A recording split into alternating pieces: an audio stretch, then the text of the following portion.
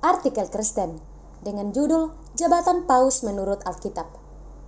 Banyak orang bertanya kepada saya, apakah jabatan paus seperti yang dimiliki oleh Roma Katolik sesuai Alkitab? Karena bertanya kepada saya dan meminta saya menilai dengan memakai kacamata Alkitab, maka saya mohon maaf kepada pihak manapun jika ada yang merasa kurang enak atas penilaian saya yang berdasarkan Alkitab. Perubahan sistem ibadah dan pemerintah.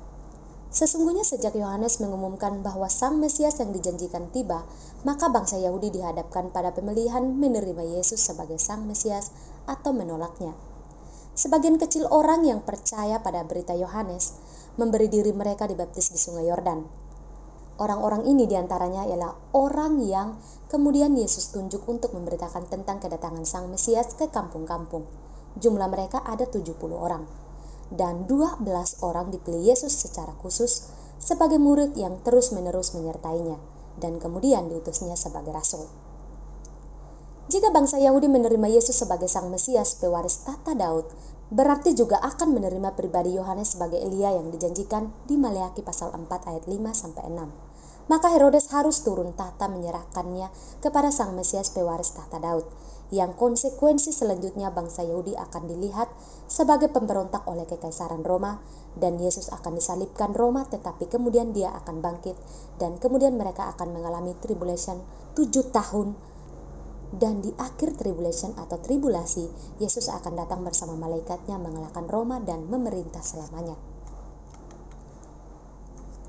Namun faktanya bangsa Yahudi menolaknya. Ia ditolak oleh para imam, ditolak juga oleh raja, dan finalnya ia ditolak oleh masyarakat Yahudi ketika Pilatus meminta masyarakat memilih. Mereka memilih Yesus Barabas dan menolak Yesus Kristus. Akhirnya atas desakan orang Yahudi, Yesus Sang Juru Selamat disalibkan sebagai penjahat. Maka bangsa Yahudi yang telah melakukan hal yang jahat terhadap Allah Jehovah, Allah nenek moyang mereka yang menuntun mereka keluar dari Mesir, harus dihukum. Bangsa itu dibubarkan pada tahun 70 AD, sekaligus sistem ibadah perjanjian lama yang simbolistik, ritualistik, dan jasmania dihentikan dengan menghancurkan bait Allah. Alkitab mencatat pernyataan Yesus Kristus bahwa sistem ibadah perjanjian lama yang berpusat di bait Allah telah dihentikan dan sedang dalam proses peralihan ke sistem baru. Hukum Taurat dan kitab para nabi berlaku sampai kepada zaman Yohanes, dan sejak waktu itu kerajaan Allah diberitakan dan setiap orang menggagahinya, berebut memasukinya. Lukas 16 ayat 16. Tetapi saatnya akan datang dan sudah tiba sekarang bahwa penyembah-penyembah benar akan menyembah Bapa dalam roh dan kebenaran, sebab Bapa menghendaki penyembah-penyembah demikian. Yohanes 4 ayat 23. Gereja go publik. Orang percaya yang dibaptis oleh Yohanes Pembaptis, yang diajar dan dipimpin oleh Yesus sekitar 3,5 tahun, yang pernah dipakainya untuk menginjili kampung-kampung, kemudian dialihkan untuk memberitahukan kabar baik atau Injil kepada semua bangsa. Semua bangsa bisa masuk surga karena anugerah Allah diberikan secara cuma-cuma. Kabar baik atau Injil ialah bahwa Yesus Kristus telah dihukumkan untuk menanggung dosa seisi dunia. Setiap orang yang mau dosanya terhitung telah ditanggung Yesus harus bertobat dan percaya kepadanya. Markus pasal 16 ayat 15-16. Masuk surga tidak membutuhkan usaha manusia. Manusia hanya perlu mengaku berdosa dan menyesali dosanya dan percaya bahwa Yesus Kristus telah menggantikannya dihukumkan. Sesudah kenaikan Kristus ke surga, jemaat pertama yang dimulai oleh Yohanes Pembaptis di Sungai Yordan itu, saat mereka berkumpul di sebuah ruangan sekitar 120-an orang, dipenuhi Roh Kudus pada hari Pentakosta dan mereka mengkhotbahkan Injil kepada publik. Dan kepada mereka ditambahkan sekitar 3.000 orang yang bertobat dan percaya, kemudian mereka semua dibaptiskan, pasti mengikuti contoh Yohanes dan Yesus, guru mereka, yaitu di Sungai Yordan. Hal yang sangat perlu dicamkan oleh setiap orang yang mengasihi Tuhan dan membaca Alkitab ialah bahwa Tuhan sudah membubarkan negara teokrasi Yahudi dan selanjutnya memakai jemaat yang dimulai oleh Yohanes untuk memberitakan Injil kepada segala bangsa. Tuhan tidak lagi menghendaki penyatuan antara masalah rohani dengan pemerintahan sipil duniawi untuk membentuk teokrasi lagi. Gereja Baptis Independen Alkitabiah. Gereja yang didirikan oleh Yohanes Pembaptis yang diawali dengan pembaptisan anggotanya di Sungai Yordan ialah gereja yang membaptis orang dewasa yang sungguh-sungguh bertobat dan percaya pada Injil yang diberitakannya. Inilah prinsip utama yang dijunjung oleh gereja baptis, yaitu membaptis orang yang sungguh bertobat dan percaya. Maka itu kami sangat yakin bahwa gereja pertama sesungguhnya adalah gereja baptis, walaupun saat itu tidak diberi nama, melainkan sifat dan prinsipnya sama. Kemudian sifat yang kedua ialah bersifat independen, artinya tidak di bawah pemerintahan Herodes, dan tidak menyatu dengan pemerintah manapun, melainkan hanya bertugas menyerukan pertobatan dan percaya kepada Yesus Kristus atau urusan rohani saja. Rasul-rasul pergi memberitakan Injil dan membaptis setiap orang yang bertobat dan percaya kepada Injil dengan cara menyelamkan mereka ke dalam air dalam nama segala nama, yaitu nama Yesus, nama Tritunggal Allah yang diperkenalkan untuk sepanjang zaman gereja. Hasilnya, ada banyak gereja baptis lokal independen yang berdiri. Sambil mendirikan gereja-gereja lokal, Tuhan menginspirasikan mereka menuliskan Injil agar bersifat tertulis dan menuliskan surat-surat yang bersifat pengajaran untuk generasi-generasi berikut agar memiliki patokan yang tidak berubah, pasti dan tepat. Kemudian jemaat-jemaat lokal yang telah berdiri berusaha mengumpulkan atau mengoleksi tulisan rasul atau yang di-backup rasul atau yang isinya tidak ditentang oleh rasul. Hasilnya ada 27 kitab yang oleh jemaat diakui sebagai firman Tuhan atau tulisan yang diinspirasikan atau diilhamkan oleh Roh Kudus. Akhirnya seluruh kitab yang diinspirasikan oleh Tuhan yang diakui firman Tuhan adalah 39 kitab perjanjian lama dan 27 kitab perjanjian baru, total 66 kitab, dan kemudian disebut Alkitab.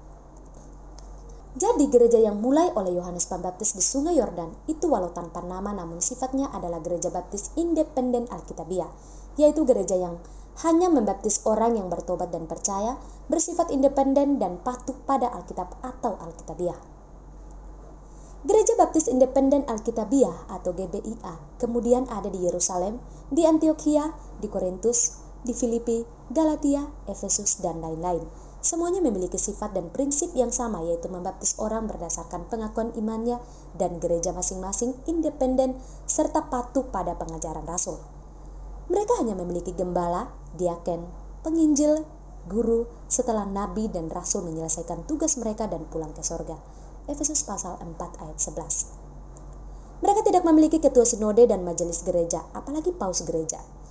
Kita tahu bahwa penilik atau bishop, penatua atau elder, dan gembala atau pastor adalah satu jabatan dengan 3 sebutan di dalam Kisah Para Rasul 20 ayat 17, ayat 28, dan Titus pasal 1 ayat 5 dan 7. Dan kita tahu ada jabatan penginjil di dalam Kisah Para Rasul 21 ayat 8. Dan ada juga jabatan guru, 2 Timotius pasal 1 ayat 11, Yakobus pasal 3 ayat 1. Sekali lagi bahwa dari Alkitab, kita tidak dapatkan ada jabatan ketua sinode, apalagi jabatan paus. Jabatan tersebut adalah yang kita dapatkan dari ayat-ayat Alkitab. Kesesatan muncul. Kita tahu bahwa ada iblis yang melawan Allah. Perhatikan, jangan salah, bukan Allah melawan iblis, karena jika Allah melawan iblis, maka cukup satu kata semua iblis segera ke neraka. Iblis melawan Allah, berusaha mempengaruhi manusia, memihaknya melawan Allah. Jalan keselamatan yang diajarkan Tuhan dan kemudian diteruskan para rasul yang hanya bertobat dan menerima Yesus Kristus sebagai juru selamat dengan iman, iblis nyatakan itu tidak cukup, melainkan perlu ditambah melakukan hukum Taurat, salah satunya sunat. Rasul Paulus sangat marah dan berkata, di dalam Galatia pasal 5 ayat 1-5 dikatakan, ayat 1, supaya kita sungguh-sungguh merdeka, Kristus telah memerdekakan kita. Karena itu berdirilah teguh dan jangan mau lagi dikenakan kuk perhambaan. Ayat 2, sesungguhnya aku Paulus berkata kepadamu, jikalau kamu menyunatkan dirimu, Kristus sama sekali tidak akan berguna bagimu. Ayat 3, sekali lagi aku katakan kepada setiap orang yang menyunatkan dirinya, bahwa ia wajib melakukan seluruh hukum Taurat. Ayat yang keempat, kamu lepas dari Kristus. Jikalau kamu mengharapkan kebenaran oleh hukum Taurat, kamu hidup di luar kasih karunia. Ayat yang kelima, sebab oleh roh dan karena iman kita menantikan kebenaran yang kita harapkan. Sesudah tahun 70 AD Yudaisme ditutup, bangsa Yahudi dibubarkan sebagai hukuman atas dosa mereka yang menuntut penyaliban Mesias, Raja segala raja. Dan kekristenan berubah komposisi yang sebelumnya mayoritas Yahudi menjadi mayoritas non-Yahudi. Dan iblis mengubah strategi, tadinya memasukkan ide Injil plus hukum Taurat, berubah menjadi Injil plus upacara baptisan. Karena gereja bersifat independen, maka kesesatan yang terjadi pun bersifat masing-masing gereja lokal. Dan satu lagi jenis kesesatan lain ialah menggabungkan gereja dengan negara sehingga menyebabkan gereja tidak independen karena akan menerima pengaruh luar, terutama dari orang-orang yang tidak bertobat dan percaya. Setelah kaisar demi kaisar menganiaya orang Kristen, akhirnya iblis memunculkan Konstantin pada tahun 303 AD yang bersahabat dengan orang Kristen. Dan pada tahun 313 AD ia menularkan Edict of Milan, sebuah dekret kaisar dari kota Milano, bahwa setiap orang yang pernah merampas milik orang Kristen, baik barang bergerak maupun yang tidak bergerak, harus segera mengembalikannya. Konstantin mengumumkan dirinya menjadi orang Kristen walau baru mau dibaptis beberapa minggu menjelang kematiannya, dan ia menjadikan kekristenan sebagai agama kekaisaran Romawi. Sylvester yang pada saat itu berposisi sebagai gembala atau bishop di kota Roma, semakin diposisikan sebagai pemimpin seluruh kekristenan yang telah dijadikan agama kekaisaran Roma. Akhirnya Sylvester inilah sesungguhnya paus pertama yang dijadikan pemimpin kekristenan seluruh kekaisaran Roma. Karena dipihaki oleh kaisar dan seluruh aparatur kekaisaran, maka jumlah yang menjadi Kristen bertambah drastis, sehingga berdiri gereja di mana-mana. Kemudian dikenakan kata umum atau universal atau Katolik atau AM, sehingga menjadi gereja Roma Katolik atau GRK. Kemudian GRK bergerak dengan orang-orang yang masuk bukan lagi melalui bertobat dan percaya, melainkan yang masuk karena mau menjilat kaisar. Dan setelah waktu berjalan juga dipenuhi oleh mereka yang dibaptiskan saat bayi. Sylvester diposisikan sebagai paus pertama bagi seluruh Kristen yang terhimpun dalam GRK yang adalah hasil penyatuan gereja dan kekaisaran Roma. Kesimpulan, tentu tulisan ini sangat dipersingkat dan dipadatkan, namun kiranya cukup untuk menjawab pertanyaan tentang posisi jabatan paus dari sudut pandang Alkitab.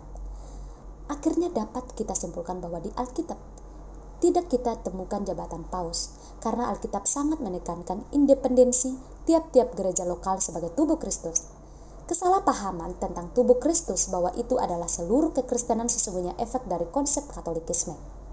Padahal yang Alkitab sebut tubuh Kristus adalah jemaat di dalam Kolose pasal 1 ayat 18. Dan jemaat itu asal katanya eklesia yang artinya orang yang berkumpul.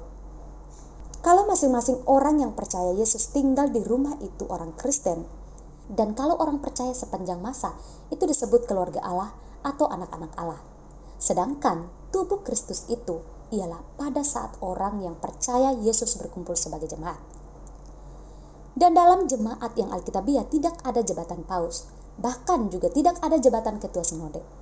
Di dalam Alkitab kita temukan ada rasul, nabi, penginjil, gembala, guru. Efesus pasal 4 ayat 11. Dan ada diaken di dalam Kisah Para Rasul pasal 6 ayat 1-5. Rasul dan nabi sudah selesai tugas mereka sejak pewahyuan sampai kitab Wahyu. Jika masih ada rasul dan nabi yang karena semua tulisan mereka adalah firman Tuhan, maka akan berarti Alkitab kita belum final and binding.